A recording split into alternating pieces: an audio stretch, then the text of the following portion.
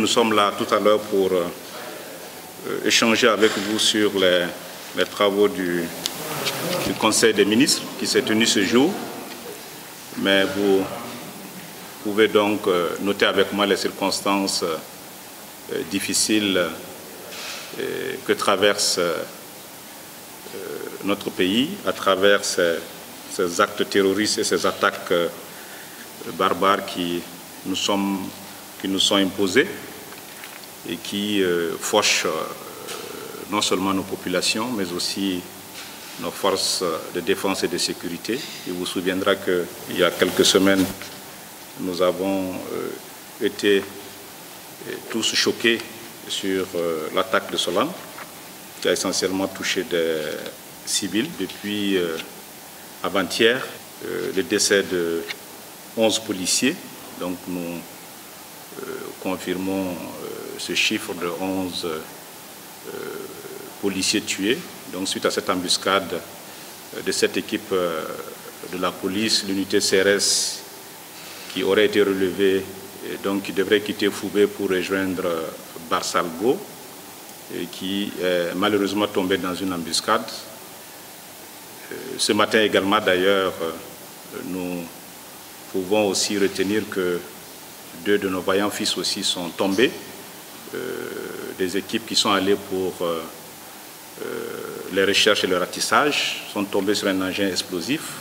Ça alourdit encore le bilan, et sans oublier que dans les mêmes journées du lundi à mardi, on nous signalait aussi une attaque qui semblait concerner les volontaires de défense de la patrie dans la région du Nord, province du Loroum.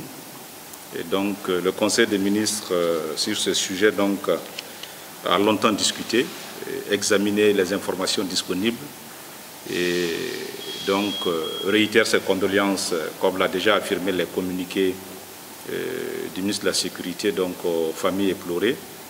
Et donc, comme il est de coutume aussi, c'est de faire le vœu que les blessés puissent naturellement se rétablir au plus vite. Et puis donc se réarmer moralement, j'allais dire, se réarmer stratégiquement pour regarder les faits, certainement comprendre ce qui n'a pas marché. Donc le gouvernement, une fois de plus, est peiné et donc transmet ses condoléances aux familles éplorées. On aura noté aussi que ces drames sur nos populations FDS s'accompagnent aussi d'un autre type de terrorisme sur les réseaux sociaux. Ce que moi j'appelle les fausses informations, la rumeur, l'intoxication. On a tout lu depuis 2 jours et je sais que nous sommes tous sur les réseaux sociaux parce que nous avons tous un téléphone, nous sommes tous connectés. C'est aussi des moyens d'information. Je considère aussi que nous sommes majoritairement de bonne foi puisque nous sommes des utilisateurs. Mais je pense qu'il faut aussi de plus en plus que notre population, notre jeunesse, nos professionnels de médias aussi puissent le constater avec nous que tout ce qui se dit sur ces réseaux sociaux ou tout ce qui produit des informations ne sont pas forcément nécessairement de bonne foi. Ils circulent de fausses informations. Nous sommes à 11 policiers tués. Les corps ont été rapatriés ici, mais les informations sont exactes. Des informations sembleraient dire que ceci et cela sur les corps. Il n'en est rien, par exemple. On entend aussi dire que les policiers n'étaient pas armés. Ce n'est pas vrai. On peut se référer à des témoignages même de personnel de police. Je pense qu'il ne faut pas accorder du crédit à ce type d'informations. Ça fait 5 ans que nous sommes en guerre. C'est une équipe qui a été relevée. Si elle y était, elle était nécessairement armée pour y faire face. Certainement, en regardant un peu les détails, on peut améliorer encore la sécurité de nos opérations et ne pas relâcher. Mais dire que ces policiers n'étaient pas armés ne me semble pas très exact. C'est pour cela que la dernière fois, je vous disais que ce n'est pas tout qu'on peut aussi dire, parce que c'est aussi des éléments d'enquête.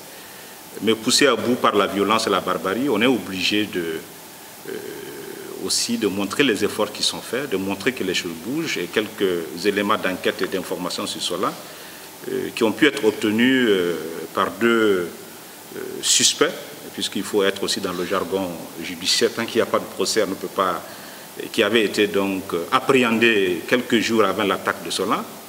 et qui, après les interrogatoires à Ouagadougou, quelques jours après l'attaque, a pu révéler et donner des informations.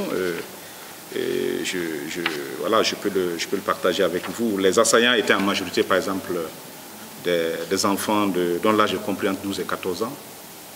Ça, c'est une information que nous n'avions pas au moment de l'attaque, que des femmes aussi avaient joué un rôle en indiquant des concessions ou des cibles. Mais l'information la plus importante, c'est que l'interrogatoire de ces deux personnes indique que le groupe qui a perpétré l'attaque s'appelle le Moudjahi Al-Qaïda. C'est un groupe affilié au GSIM. Ça aussi, c'est une information.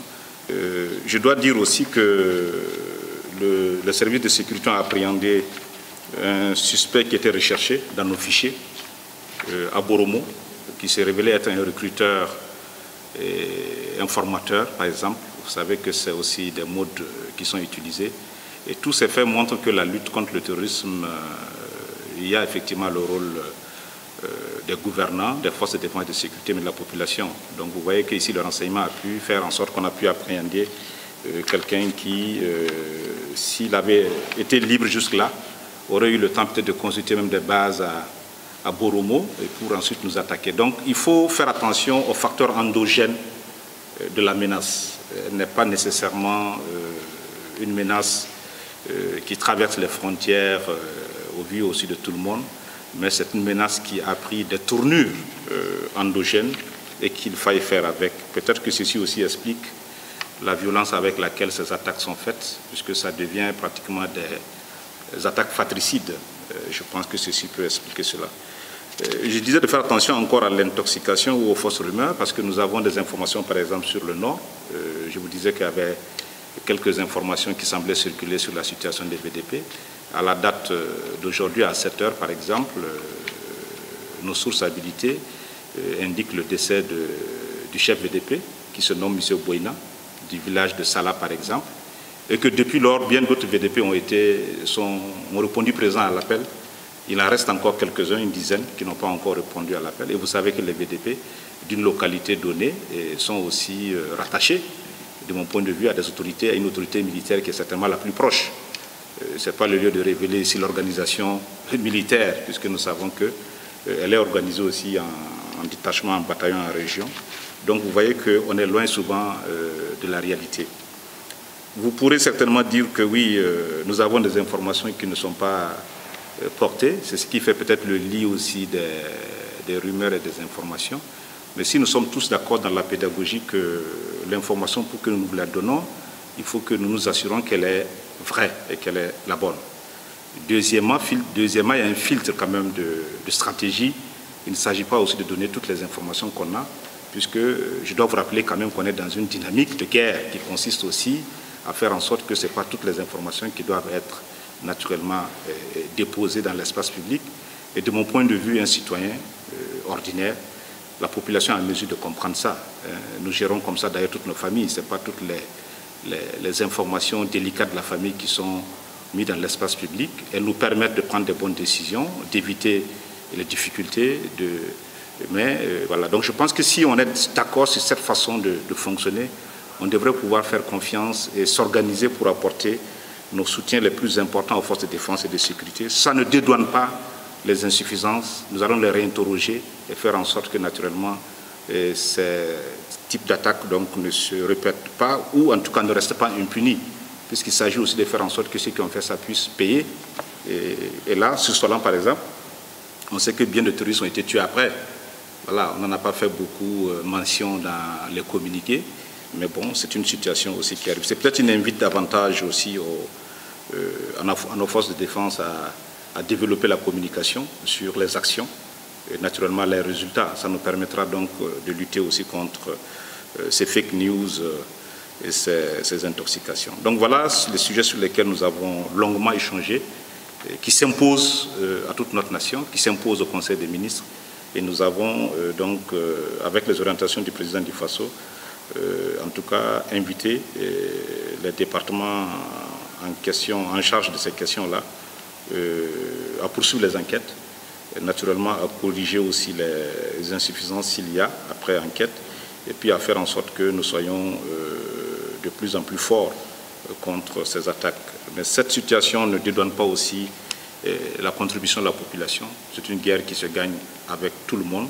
Et donc c'est encore l'occasion pour le gouvernement de rappeler en tout cas la collaboration, la contribution aussi des populations, de rendre hommage au VDP, puisque vous savez très bien qu'il s'agit d'auxiliaires de sécurité qui ont été recrutés sur la base d'une loi qui a été votée et qui consistait à considérer que cette lutte contre le terrorisme ne pouvait pas être menée seulement par les forces de défense et de sécurité et qu'il fallait donc s'associer aussi une partie de la population, notamment la frange jeune, localisée dans les villages, afin que ça soit aussi donc un maillage, j'allais dire, intégral.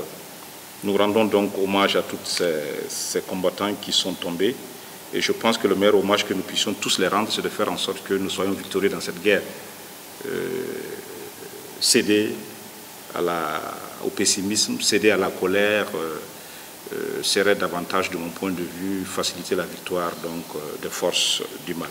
Le Conseil des ministres a été présidé par son Excellence, Monsieur le Président du Faso, son Excellence, Monsieur Roch-Marc Christian Kaboré, qui est le Président du Conseil des ministres.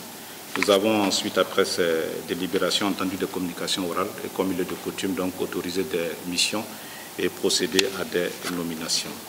Alors, au titre des délibérations, au titre du ministère de la Réconciliation nationale et de la cohésion sociale, le Conseil des ministres a adopté un rapport donc, portant organisation des concertations communales sur les processus de réconciliation nationale. Il vous souviendra donc qu'en sa séance du 21 avril dernier, le Conseil des ministres avait adopté une feuille de route portant donc processus de réconciliation nationale. Bon, une feuille de route indique un peu les étapes, les activités qui sont programmées et qui devaient nous conduire donc naturellement au forum sur la réconciliation nationale. L'une des premières briques, l'une des premières étapes, ce sont les concertations communales, puisque notre pays est essentiellement composé de communes, départements. Il s'agit donc de faire en sorte que dans chacune des communes, sur la base de thèmes de référence élaborés et bien connus, de permettre donc aux forces vives de chaque commune de se retrouver et de discuter donc de la réconciliation nationale, et certainement d'en définir les natures, les contours, pour éviter, comme vous le dites souvent, qu'on pense que c'est une affaire des gens de Ouagadougou ou c'est une affaire de la classe politique. C'est une problématique nationale. Et donc le Conseil des ministres a adopté ce rapport et a donc autorisé la tenue donc, de ces concertations communales. La première concertation communale donc, sera lancée ou sera tenue à Waiguia le 26 juin, donc samedi prochain, donc sous le haut patronat de son Excellence, Monsieur le Président du Faso. Et donc c'est la ville de Waiguia qui aura l'honneur d'ouvrir cette première concertation. Et ensuite, elle se tiendra dans l'ensemble des 300 et quelques communes pour ensuite, dans des rapports communaux, constituer donc la base sur laquelle on va bâtir peut-être des rapports régionaux et puis ensuite certainement donc le rapport national qui pourra être au menu du forum sur la réconciliation nationale. Au titre du ministère des Affaires étrangères, de la coopération de l'intégration africaine et de burkinabé de l'extérieur, le Conseil a adopté 2 rapports. Il s'est agi d'un premier rapport qui demandait un agrément pour la nomination d'un ambassadeur de la République de Gambie auprès du Burkina Faso. Il réside à Dakar, donc le Conseil a marqué son accord pour sa nomination. Le second rapport, donc, au titre de ce ministère aussi concerne la nomination d'un ambassadeur extraordinaire et plénipotentiaire du Grand-Duché de Luxembourg auprès du Burkina Faso et également avec résidence à Dakar. Le Conseil des ministres a également donc marqué son accord pour la nomination de cet ambassadeur. Au titre du ministère de l'économie, des finances et du développement, le Conseil a adopté 2 rapports. Le premier est une ordonnance portant autorisation de ratification de financement d'un accord de crédit d'une part et de don. Donc cet accord a 2 volets, un don et puis un crédit de 45 millions de dollars, soit l'équivalent d'environ un peu plus de 24 milliards et demi de francs CFA pour donc financer un projet. Et ce projet donc s'appelle le projet régional d'appui au pastoralisme au Sahel du Burkina Faso. Donc il s'agit de travailler sur les axes de transhumance, puisque vous savez que notre pays est aussi un pays d'élevage. Après les recettes d'exportation que constituent l'or et le coton, c'est les produits d'élevage qui constituent la troisième, sinon la quatrième recette d'exportation. Il s'agit donc d'apporter un soutien structurel dans ce secteur-là. Et ce financement va concerner 10 régions de notre pays. Ce sont les 10 régions qui constituent des frontières avec nos pays voisins. Et donc, naturellement, à ces 10 régions, il sera ajouté donc la région du Centre-Nord. Je dois rappeler que notre pays compte 13 régions. 3 d'entre elles n'ont pas de frontières.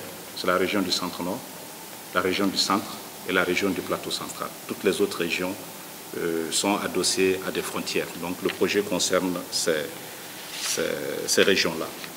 Le second rapport est une ordonnance également qui autorise la ratification d'un accord de don donc, auprès de la Banque mondiale, l'Association internationale de développement, IDA, pour le financement additionnel du projet filets sociaux au Burkina Faso, que nous connaissons tous. Cet accord donc, porte sur 10 millions de dollars, soit environ 5,5 milliards de francs CFA, pour accroître donc l'accès des ménages. Donc, les publics bénéficiaires sont les ménages avec des enfants de moins de 15 ans, des femmes enceintes et des ménages affectés ou vulnérables ou, au choc, ou exposés au choc et à l'insécurité alimentaire.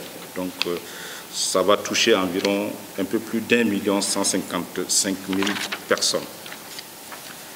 Au titre du ministère de l'Enseignement supérieur, de la Recherche scientifique et de l'Innovation, le Conseil des ministres a adopté un rapport relatif à 3 décrets. Ces décrets donc, sont relatifs au texte d'application de la loi numéro 020-2019, Assemblée nationale du 7 mai 2019, qui porte accès aux ressources phytogénétiques pour l'alimentation, résultant donc de leur utilisation. Ces 3 décrets donc, sont les suivants. Un premier décret portant procédure d'accès, d'exportation et de partage des avantages résultant de l'utilisation des ressources phytogénétiques pour l'alimentation et l'agriculture. Le second décret porte sur les modalités de mise en œuvre du droit des agriculteurs et des communautés locales sur les ressources phytogénétiques. Et puis le troisième et dernier décret porte donc fixation du barème du règlement alternatif applicable aux infractions liées aux ressources phytogénétiques. Au titre du ministère de l'Énergie, des Mines et des Carrières, le Conseil des ministres a adopté donc 2 rapports qui sont relatifs à des demandes de permis d'exploitation industrielle de grandes mines d'or, d'une part par la société Waré Mining Company et d'autre part par la société Netiana Mining Company SA. La première compagnie, donc Waré Mining, est située ou sera située dans la commune de Pitou, province du Boulgou, c'est la région du centre-est, et va couvrir une superficie de 21 km² environ. Son espérance de vie est de 26 mois d'exploitation effective et va donc produire 4,35 tonnes d'or. Alors, en termes d'impact économique, donc, ils vont alimenter le Fonds minier de développement local à hauteur de 940 millions de francs CFA et cette mine va créer 144 emplois directs et 180 emplois indirects. La seconde mine, Netiana Mining Company, elle se situe dans la commune de Giaro, province du Naouri, c'est dans la région du centre-sud. Elle a une durée de vie de 4 ans, dont 2 d'exploitation effective. Elle sera une mine souterraine. Elle compte produire environ 2 tonnes d'or. Et elle va apporter donc à notre pays des recettes un peu plus de 10 milliards de francs CFA au titre des impôts et contribuer naturellement au Fonds minier de développement local à hauteur de 584 203 593 francs CFA et créer 224 emplois pour les nationaux.